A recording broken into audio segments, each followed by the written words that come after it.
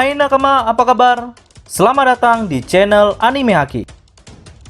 Pada video kali ini kami akan membahas SBS volume 106. Ya, bagi nakama yang belum tahu apa itu SBS merupakan kolom tanya jawab yang sengaja dibuat Oda Sensei untuk berinteraksi dengan penggemarnya. Yang dari sini, si penggemar bebas bertanya apapun seputar One Piece. Nah, SBS volume 106 ini akan cukup banyak pertanyaan unik yang ditanyakan penggemar. Apa saja itu? Mari kita bahas bersama-sama. Yang pertama, penggemar menanyakan antara Akagami dan Backman, siapa yang lebih populer di kalangan wanita. Oda Sensei menjawab, Akagami mungkin lebih populer, tetapi band Backman lebih menggoda wanita. Lalu pertanyaan yang kedua yaitu, Odachi, tolong beri kami peringkat siapa peminum terbaik di antara kru Mugiwara. Aku tahu Zoro dan Nami bisa minum dalam jumlah yang banyak, tapi bagaimana dengan yang lainnya? Di sini Oda Sensei menjawab dengan urutan peminum terbaik. Yang pertama yaitu Jinbe, yang kedua Zoro, yang ketiga Nami, yang keempat Franky, yang kelima Sanji, yang keenam Robin, yang ketujuh Brook, yang kedelapan Usopp, yang kesembilan Luffy, dan yang ke-10 atau yang terakhir adalah Chopper.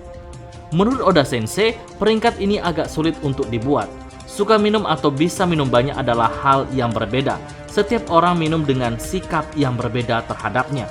Aku yakin Luffy memiliki potensi, tetapi kalian pasti tahulah, makanan adalah yang paling utama bagi Luffy. Lalu, tanya jawab yang ketiga adalah, Halo Oda Sensei, dimulai dengan Rob Lucci. Beberapa anggota CP9 dipromosikan menjadi agen CP0. Apakah itu termasuk Jabra, Fukuro, dan Kumadori? Oda Sensei menjawab, jika kamu sudah menonton film Red, akan terlihat Bluno dan Khalifa muncul sebagai agen CP0. Ya, semua mantan agen CP9 dipromosikan menjadi agen CP0. Di dalam CP0 ada sekelompok orang dengan topeng, termasuk Lucci, Kaku, dan juga Stussy. Mereka disebut sebagai pembunuh bertopeng dan diberi misi khusus. Oke, kita lanjut pada tanya jawab yang keempat, yaitu seseorang penggemar bertanya, jika seseorang membatu oleh Seraphim Hancock, apakah mereka akan diperlakukan sebagai lolicon setelahnya? Tidak akankah? Tolong beritahu aku, Oda-chan. Oda Sensei menjawab, kekuatannya dari orang-orang yang berpikir manis ataupun cantik, sehingga mereka lengah secara emosional. Kita semua melihat bayi dan anak kecil dan menganggap mereka lucu kan? Dan itu cukup untuk membuat dirimu menjadi batu. Jika ada di antara lolicon sejati yang membatu, satunya tidak dapat menentukan emosi seperti apa yang membawa mereka ke dalam itu. Jadi jangan khawatir, identitas loliconmu belum terungkap. Sekarang membatulah. Dari jawaban Oda Sensei bisa disimpulkan ketertarikan korban-korban Seraphim Ular melihat dirinya adalah sebagai wujud ketertarikan orang-orang melihat Seraphim Ular sebagai anak kecil yang imut dan sangat lucu menggemaskan. Berbeda konsepnya dengan buah Hancock yang asli yang melihatnya sebagai wanita seksi. Oke, kita masuk pada sesi selanjutnya yaitu tanya jawab yang kelima. Seorang penggemar bertanya, aku punya pertanyaan tentang serangan Law yaitu Kirum. Apakah K itu Kasusei? Yang dalam bahasa Indonesia yang berarti kebangkitan, atau K itu adalah Kikoku. Oda Sensei lantas menjawabnya, Room pada dasarnya adalah kekuatan untuk membuat ruang operasi dan pengguna dapat melakukan apapun yang dia inginkan di dalamnya.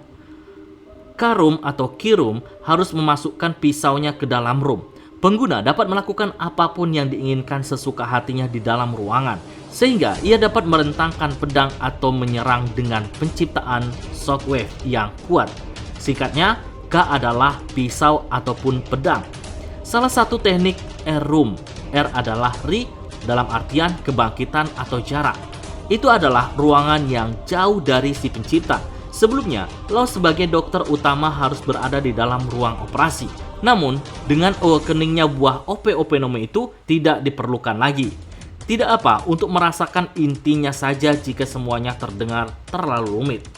Jadi intinya, kekuatan Kirum yang digunakan Law saat menyerang Big Mom adalah serangan pisau ataupun pedang yang dimasukkan ke dalam room. Oke, itulah isi SBS volume 106. Nantikan pembahasan isi lanjutan SBS volume 106 bagian kedua. Oke, sekian dulu pembahasan kali ini. Nantikan pembahasan menarik lainnya pada video selanjutnya.